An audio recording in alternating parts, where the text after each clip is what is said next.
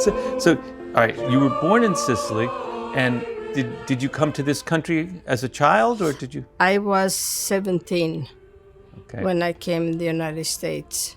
okay, and I'm interested myself in how you came to meet the Cabrini sisters, and what was that like, and where did they meet you, or you meet them? I was in Chicago, and my cousin worked at Columbus Hospital, which she knew everybody spoke Italian. And that's the only place she could get a job for me. So she asked, and the superior, she took me for the job, and later said that I went into the convent, and she told me to go to church and pray. So you go to church and pray, and what happens? I kind of felt in love with Mother Cabrini's room where she died. And because they told me the story, the Mother Cabrini loved the children. And while she was doing, when she was dying, prepare candy for Christmas for the children. And that's what really, to see the bed where she slept, the room, and everything, I felt good in there. And I used to go there every day to pray. And how did you, so you were doing this, but how did you make this decision? It's a big decision, isn't it? Yes, because I did have that in mind. When I was in Italy, and when I came over here, I was kind of depressed because I was no longer with the sisters over there, a different order. And then when I was able to work at Columbus, I was really happy. Yeah. When you first came into the Institute, did you understand anything about the charism, or what did you think of the charism at that time? Actually, I did not know anything. In the novitiate, I was on my own. There was no class, nothing, because I didn't understand English. So I did everything on my own. Pray on my own, pray. For me, it was enough formation. Whatever I picked up was later on my own. And what do you think about the charism now? Now, at this point in your life, and after so many years in the Institute?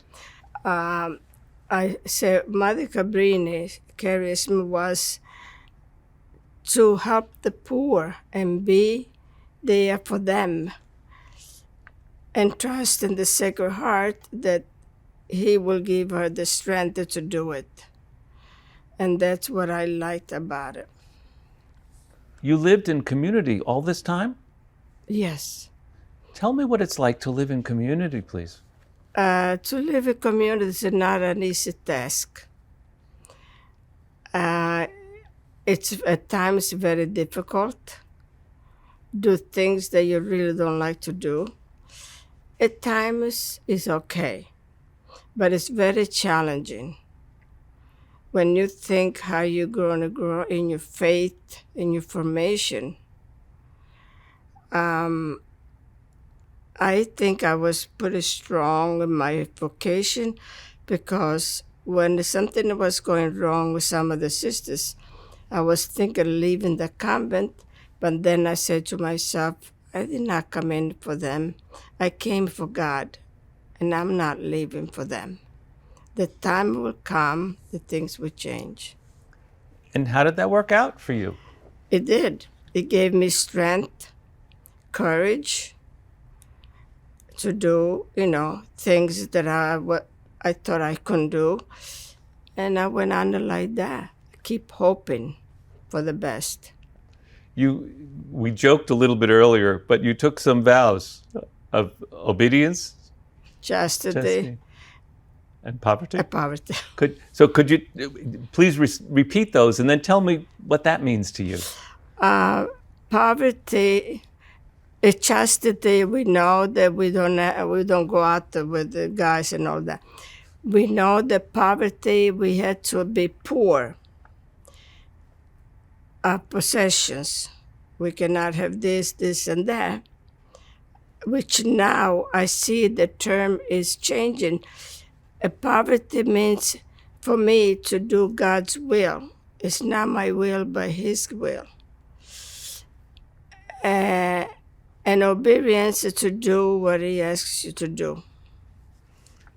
And when you're tasked with something challenging or difficult, how do you approach that? How do you seek guidance? I never went for help. I did it on my own. My hope was what saved me many times. You know, my hope and my strength that God was with me. And now continue on. Many of the sisters have said, oh, this is something that changed my life. Something happened, or I saw something, or I experienced something while I was a sister. Is there any one thing or two things that stand out for you? In Houston, that's what changed my life, because I always thought very low of my self-esteem, thinking that I cannot do this, I cannot do that. But when I went to Houston, I was asked to take over quinceañera, which I didn't even know what quinceañera meant, because the other one had left. Took everything with her, and when I was asked to do it, I had nothing to begin with, nothing. So I said, okay, I want to develop my own program. So I did. When I felt good, it was when I was teaching in class about that. Two teachers from different places, and I knew them. I said, oh, hi, welcome. She said, oh, I came because I want to see what you're going to say, teach, because I heard you have a good program. That I felt so good at that time, thinking that, yes, I can do it. Like Mother Cabrini said, I can do all things in Him who strengthens me. Yeah. And that's what helped me to go on and to keep hope. And then you got a challenge, and you can tell me about the challenging position you got in Colorado. Yeah, the challenge was that I was all over. I had to go to the meeting downtown. Then some of the sisters were sick, take care of them at the same time. It was very heavy for me at that time. And you had people that they were not all there, to say the least. And I was taking care of all that, but it was very, very heavy at that time. How would you describe your ministry today? Today, ministry in this house is I had to be compassionate to all those around me. I never judge anybody, because you don't know if that is the true story. I made the resolution not to judge anybody and be compassionate when other people, have faults or whatever. Be like Christ to them. Like my mother said, now I can die in peace because I saw you serving the other sisters.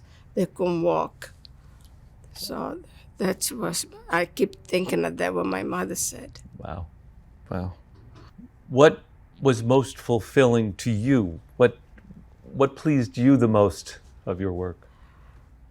First of all, it was very fulfilling, the novitiate. They put me in the novitiate as an assistant, And it was a beautiful prayer service.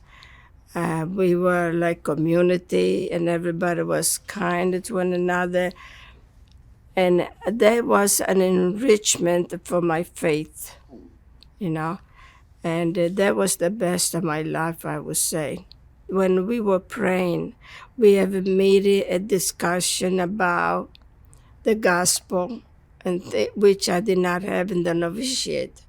So for me, that was very, very important. And I was very sad when I left because I had to move by a whole obedience. So that was the best time of my life. you worked in education, Yes. and you talked a little bit about St. Donatus. Your favorite was kindergarten? Yes. So tell me about St. Donatus. Tell me about kindergarten. Yeah, I used to teach kindergarten, and I was kind of proud of myself that I was able to do it when I said, no, I cannot do it. I never was in the classroom. But because I obey, they said, try. So I did. And I enjoy when I used to teach kindergarten, to teach the parable, like the Good Shepherd and everybody, the children did their part because they liked that. That's how they learn. That's the way I found out that they learn. One was a sheep, one was a pastor. And it's enjoyable. And I felt I was really a mother to some of the children that had nobody to take care, that takes care of them in the street. So can you, I saw you looking up, sort of, you had a picture in your head, yes? Can you describe that picture, what that looks like? Well, I can tell you that I had a little boy in my class. I was not taking care of him. He was in the street all the time.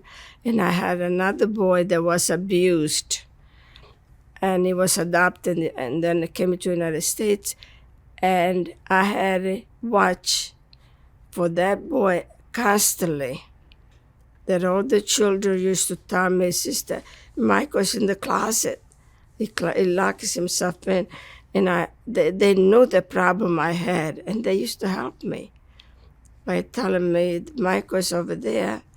And the other boy, I took care of him because nobody took care of him at home. I took him home, I cleaned him up, washed his clothes, I gave him to eat and go back in the classroom. He never forgot that, never. He used to look for me all over the place. So about that, I feel good. I feel wonderful that I did that. And I had the energy to do it that time too. You know, I was younger. I think you could still do it. I think you could still do it. Know. So I know you worked in California, but where did you work? Where did you work with immigrants? You are an immigrant yourself, yes? Yes. Tell me about this. Okay. I worked with them in New Jersey and then California and Seattle. And some of them were immigrants, you know.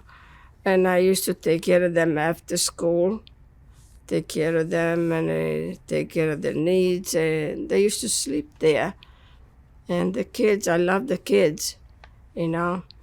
And it was a good time for me. You spoke only Italian first, then you learned English.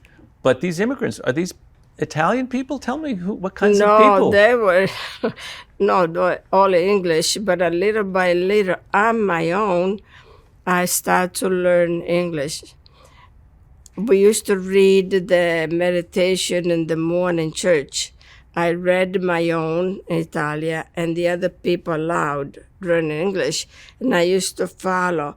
I said, oh, that's what the word means. I tried to memorize that little by little when people, and that's how I learned English, you know. And I told people, please correct me when I make a mistake, because I don't know. I want to learn it right. And they used to correct me, you know. In other words, I gave them permission not to feel embarrassed to correct me. It's not my language, you know. The same thing with Spanish. I learned on my own. So you gave permission.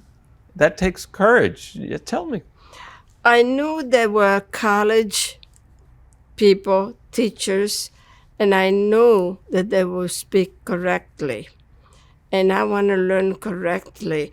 And I was so anxious to learn the language so I could be able to communicate with them, you know.